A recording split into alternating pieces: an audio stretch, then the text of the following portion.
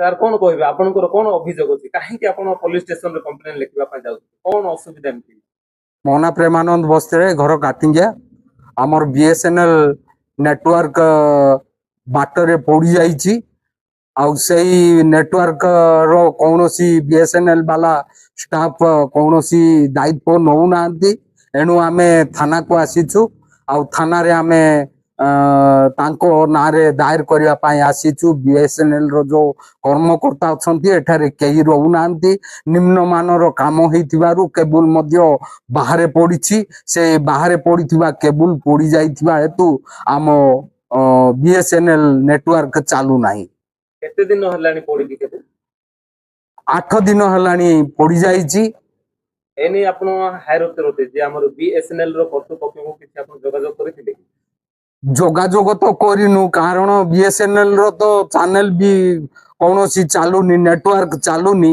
ଏଣୁ କୌଣସି ଭାବରେ ଆମେ ପଦକ୍ଷେପ ନେଇନୁ। ଆଜି ଆସିଛୁ ଆମେ ଥାନାରେ ମଧ୍ୟ ଇନଫର୍ମେସନ କରିବା ପାଇଁ ଏବଂ ଲିଖିତ ଅଭିଯୋଗ ଦିଆ ହଉଛି ଆଜି। ଆଉ ସେଇ ଲିଖିତ ଅଭିଯୋଗ ଅନୁଯାୟୀ ତାଙ୍କୁ ମଧ୍ୟ ଆମେ ହ୍ୱାଟ୍ସଆପ୍ କରିବା ପାଇଁ ଯିବୁ। ଆଉ ସେ ଦାୟିତ୍ୱ ନ ନେଲେ ଆମର ଯୋଉ ନେଟୱାର୍କ ଯୋଉ ବସା ହେଇଛି କାଟିଙ୍ଗିଆରେ, ସେ ତାର କୌଣସି ମୂଲ୍ୟ ରହିବ ନାହିଁ। ସାର୍ ଆପଣଙ୍କର କଣ ଅଭିଯୋଗ ଅଛି କଣ କହିବେ BSNL କର୍ତ୍ତୃପକ୍ଷଙ୍କୁ? କାଟିଙ୍ଗିଆ ପଞ୍ଚାୟତର ନାୟବ ସରପଞ୍ଚ ମାଗୁଣି ପୂଜାରୀ ଆଉ କାଟିଙ୍ଗିଆ ନେଟୱାର୍କର ପ୍ରୋବ୍ଲେମ ଯୋଗୁରୁ ମୁଁ BSNL ହିସାବରେ ରିଚାର୍ଜ କରୁଛି ମାସକୁ ମାସ।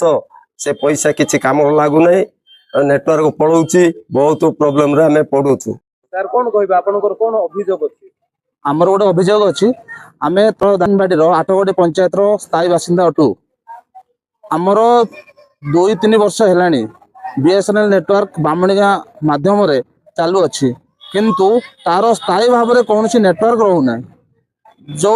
ଯେଉଁ ଦ୍ୱାରା ଆମେମାନେ ବହୁତ ଅସୁବିଧାର ସମ୍ମୁଖୀନ ହେବାକୁ ପଡ଼ୁଛି। ବର୍ତ୍ତମାନ ମାସେ ତଳେ ଗୋଟେ ନେଟୱାର୍କ ଯେଉଁଟା କେବୁଲ କରାଗଲା କନେକ୍ସନ ନୂଆରେ, ସେଇଟା ଆସିଲା 2-3 ଦିନ ଚାଲିଲା ପରେ ପୁଣି ତାର ଅବ୍ୟବସ୍ଥା ହେଲା। ବର୍ତ୍ତମାନ ତାହାକୁ ଯେଉଁ ସ୍ଥାୟୀ ଭାବରେ କରିବା କଥା ଅଣ୍ଡରଗ୍ରାଉଣ୍ଡ ହିସାବରେ, ତାହା କଲେ ନାହିଁ BSNL ଅଧିକାରୀମାନେ।